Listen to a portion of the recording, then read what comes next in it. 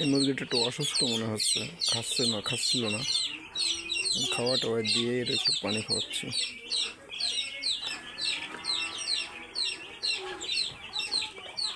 হাঁটতে পারছে না বেশি।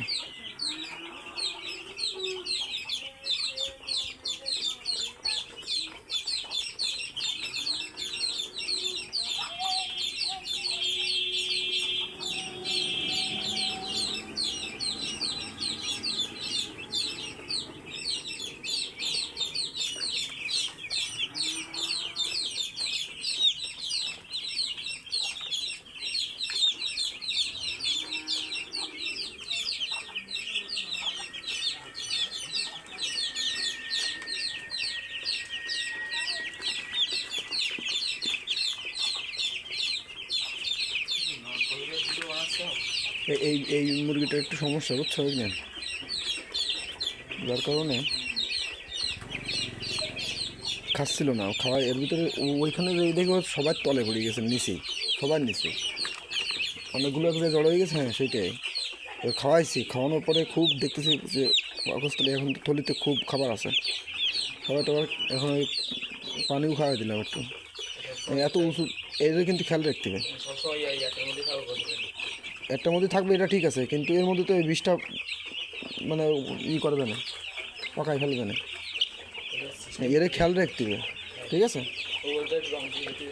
রং দিতে যা করতে এর না, রং দিলে আবার ঠোকাতে পারে, অবশ্যই দরকার নেই। যে অবস্থা আছে এর নজরে রাখতে হবে, যাতে ও অ্যাড্রেস খাওয়ার সময়টা ওটা ঠিকঠাক মতন খাওয়াই দিতে হবে। এই যে খাচ্ছে কিন্তু এবার ওই কর্নারে ছিল, এই কর্নারের থেকে মানে অন্ততপক্ষে 10-15টা মুরগি ওর পরে দেখি চাপা খাচ্ছে। এই সবগুলো খেয়াল করতে হবে। খায় সব কিছু করে, একটু হাঁটতে পারে কম, এখন সমস্যা নেই।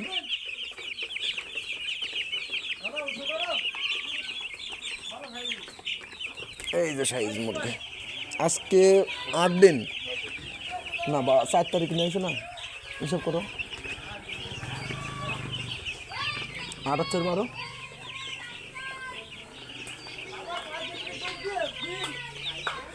এখন মাপা না, তো মাপা হবে তো 20 তারিখের পরে। যে হ্যাঁ, খাবার আস্তে আস্তে বাড়াইতে হবে।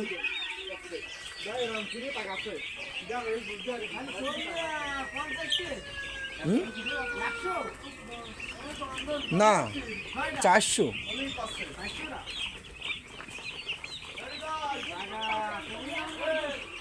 জায়গা কম হলে ওই পাশে আবার বাড়াই দেবেন।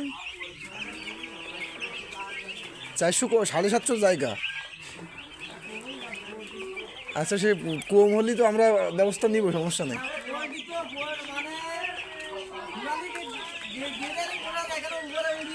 হ্যাঁ হ্যাঁ,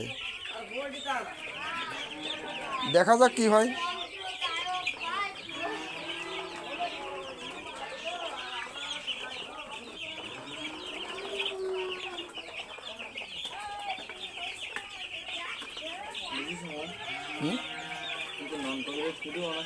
হ্যাঁ, আমি তো নন কপিরাইট। তোমার ভয় লাগবে, সব কিছুই সমস্যা, কিন্তু আমার তো কোনো সমস্যা নেই। I am the real person, okay? My video is full activate.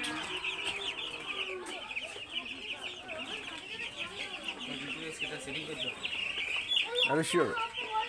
Oh my god, I'm excited.